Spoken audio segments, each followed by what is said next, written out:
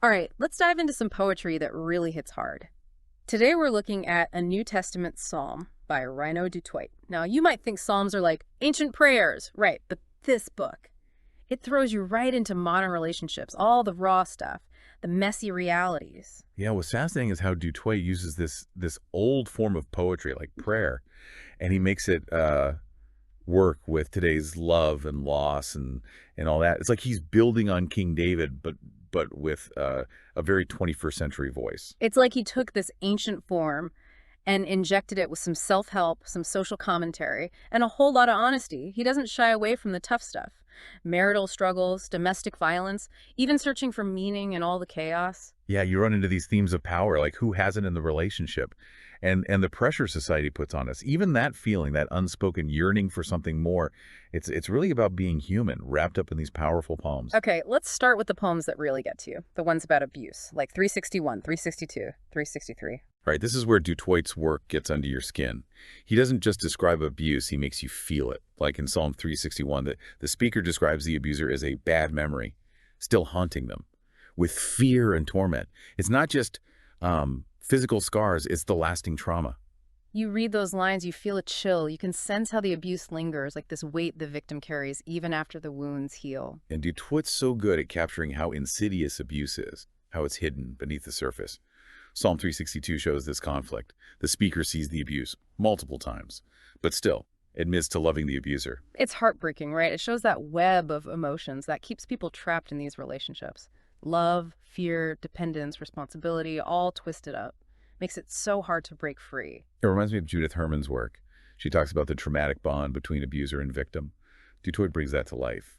He shows how victims can get almost addicted to the cycle, clinging to those little bits of kindness the abuser gives. And then there's the silence, that secrecy around abuse. In Psalm 367, Dutoit looks at the price of silence. How society, shame, fear of judgment, it all stops victims from talking. The speaker says reporting abuse would make them look bad. Sad but true, victims often feel like they're the ones at fault. It's like this code, protect the abuser, even if it hurts the victim. And that silence hurts everyone, the person, and society. It just lets abuse keep happening. And the victims aren't the only ones who suffer. Dutoit shows how abuse affects everyone around it, especially children. Psalm 368 shows this child, caught in a volatile relationship, all that constant conflict, feeling trapped. We have to remember, kids are like sponges. They absorb everything. And constantly seeing violence, aggression, it changes them. And you see that in Psalm 374. Dutoit suggests this early exposure to violence. It can lead to crime, substance abuse later. It's like a reminder that abuse doesn't stay contained. It spreads out, affecting everyone. There's this image in Psalm 366 that I can't forget. The abuser throws a beer bottle, shatters it on the wall, and then makes the victim walk on the glass, barefoot. The blood, the pain. Hard to read, but it shows just how brutal it is. It's one of those times where Dutoit's poetry goes beyond words. You're not just reading, you're feeling it. Raw, uncomfortable, but powerful. You have to confront violence in a way you don't with, like, news reports. What's interesting is that Dutoit gives us glimpses of the abuser, too. He doesn't shy away from their rage, their need to control, but he also hints at their own struggles, this silence that makes them feel blamed. It's not about excusing them, it's about understanding what causes this violence. It reminds us that abusers are people, too, shaped by their past, their experiences. It doesn't make it right, but it adds another layer to understanding this. It's not just good versus evil, it's about being human, with all the messiness. And that messiness is what we need to face. If we want to stop domestic violence, we need to look beyond easy solutions and see the bigger picture, societal norms, individual experiences. It all matters. Dutoit doesn't give easy answers, but he makes us ask the hard questions. He makes us face the truth about abuse, about how we, as a society, sometimes contribute to it. And he reminds us that art can change things. It gives a voice to those who don't have one. It shines a light on the darkness. And it can inspire us to make the world better. So we've seen how Dutoit deals with the brutality of abuse, but he doesn't stop there. He also explores how communication breaks down in relationships, in more subtle but just as damaging ways. And trust me, this is where things get really interesting. Yeah, even in relationships that seem healthy, there's often this tension, unspoken needs and resentment that can eat away at the love. And Dutoit goes right into that. with his poetry and honesty. It's like he's saying even the smallest words can become weapons Yeah. when communication breaks down, right? And it's not just like yelling or name calling. It's that constant drip, drip, drip of negativity, that feeling of not being heard. And what Du Toit does so well is he doesn't blame anyone. It's not like one person's the bad guy. He shows how both people mess up communication. It's like they're both stuck in this dance, stepping on each other's toes, but they don't even realize it. In Psalm 371, the speaker, they're begging for a break from the same words, the same arguments over and over, like a broken record, and neither one knows how to fix it. Yeah, that reminds me of negative sentiment override. It's a thing in couples therapy. Once negativity starts, you see your partner differently. Everything they do seems bad, even if it's normal. It's like, your partner forgets the trash. You don't think, oh, they're busy. You think, they don't respect me. Exactly. Du Toit gets that. It's not just the words, it's what's underneath.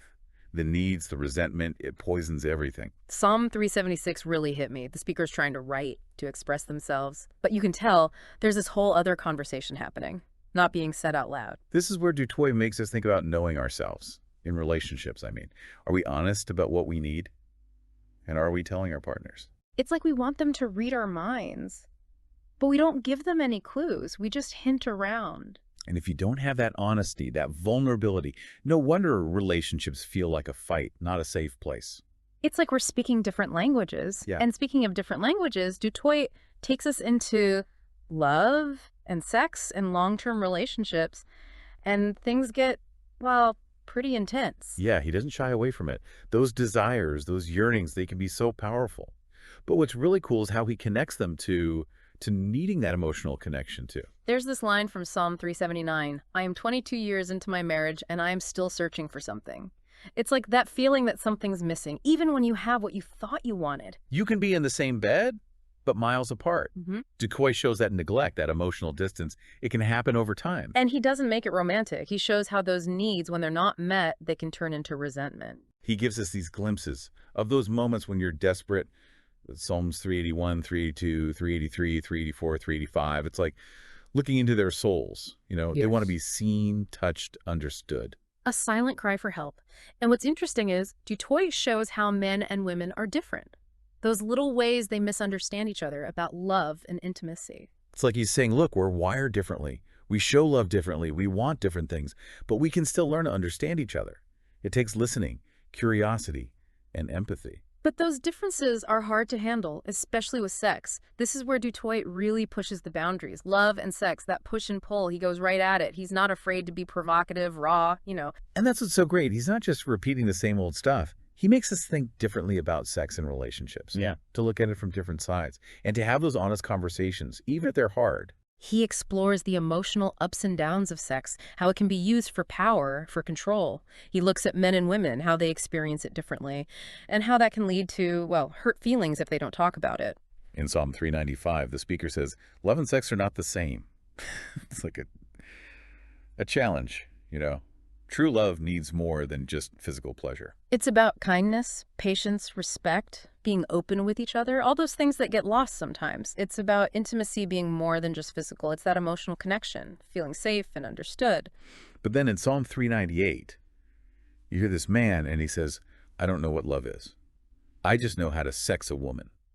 It's sad because it shows how society teaches men about love, focus on the physical, on winning, on performance.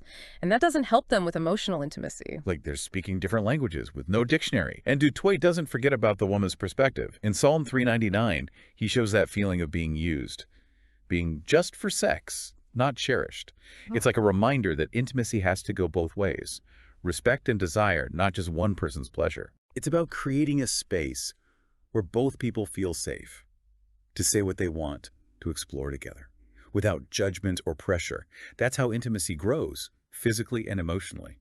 So we've seen how Du Toit tackles communication, the challenges of relationships that last, and the confusing dance of love and sex. But he doesn't leave us lost in all that. He takes us through heartbreak, healing, and the chance for something new. That's where we'll go in part 3. It's like entering a different space now in a New Testament psalm. Du Toit takes us through these broken relationships, but then there's this light, like he's leading us toward it. He's not saying it's easy, though, healing. Yeah. Those poems at the beginning here, Psalms 404, 405, 406, 408, 418, so raw, so much emotion. You really feel it, the loneliness, the longing, trying to let go of what was. It's like those times when you're just trying to get through the day, but the memories keep hitting you. A song, a smell, a place you used to go together, it's like boom, you're right back in the pain. Yeah, that feeling of being haunted by the past, thinking about the good times, wondering what went wrong. Everyone goes through it, but Dutoit makes it feel so personal. Psalm 409 got to me. The speaker talks about putting her husband on a pedestal. He was everything to her. And when it ended, it's like she lost herself too. That's so common, especially when one person depends on the other. It's like losing a part of you. And Dutoit shows that, the pain, the confusion, trying to rebuild. Sometimes the worst part isn't losing them, it's losing yourself. You have to face the parts of you may be ignored to make the relationship work. And that's where healing starts, figuring out who you are, loving yourself without needing someone else. Dutoit points to that in Psalm 423. It's almost like a guide to self-love. He says to treat yourself like you would a child with kindness. That's powerful, right? You deserve to be cared for by yourself and others. Quiet that voice that says you're not good enough. Replace it with love, acceptance. And it's not about pretending you're not hurting. It's about saying, this hurts, and then choosing to move on. Which brings us to, I think, the toughest part, forgiveness. How do you move on from being hurt that badly? Dutoit doesn't have simple answers. Yeah. But that's what's so good about his writing. He doesn't preach, he just shows the struggle. Like in Psalm 424, the speaker's trying to figure out, can she go back to her husband after he had an affair? She's so honest about her pain, her anger. She can't just forget. It reminds us forgiveness isn't a one-time thing. It's a process, and it can be messy. It's not saying what they did was okay. It's about letting go of anger so you can heal. And it's not just romantic relationships. Psalm 416, this father's trying to connect with his son again after a divorce. He talks about swallowing his pride, putting his son first, even though he's hurting. It shows that forgiving means sacrifice sometimes. I think that's what Dutoit's showing us, in all these poems, I mean. Even when things are bad, there's still hope. We're all imperfect, we make mistakes. Yeah. But it's love and forgiveness that help us heal. A New Testament psalm isn't easy to read. It makes you think, it can be painful, but it's also really rewarding. It reminds you, even in darkness, there's hope, there's strength, and there's always a chance for a new beginning. That's why it's so important today. Dutoit looks at how complicated relationships are, the good and the bad, but also how powerful love and forgiveness can be. So as we finish this deep dive, I keep thinking, how can we use this in our own lives? How can we be more honest, communicate better, love more, forgive more? It's not about having the right answer or following rules. It's about being open to the mess, to keep looking for those moments of connection that make life good. If you want a book that will challenge you, inspire you, and maybe even make you cry a little, read a New Testament psalm. It's a journey worth taking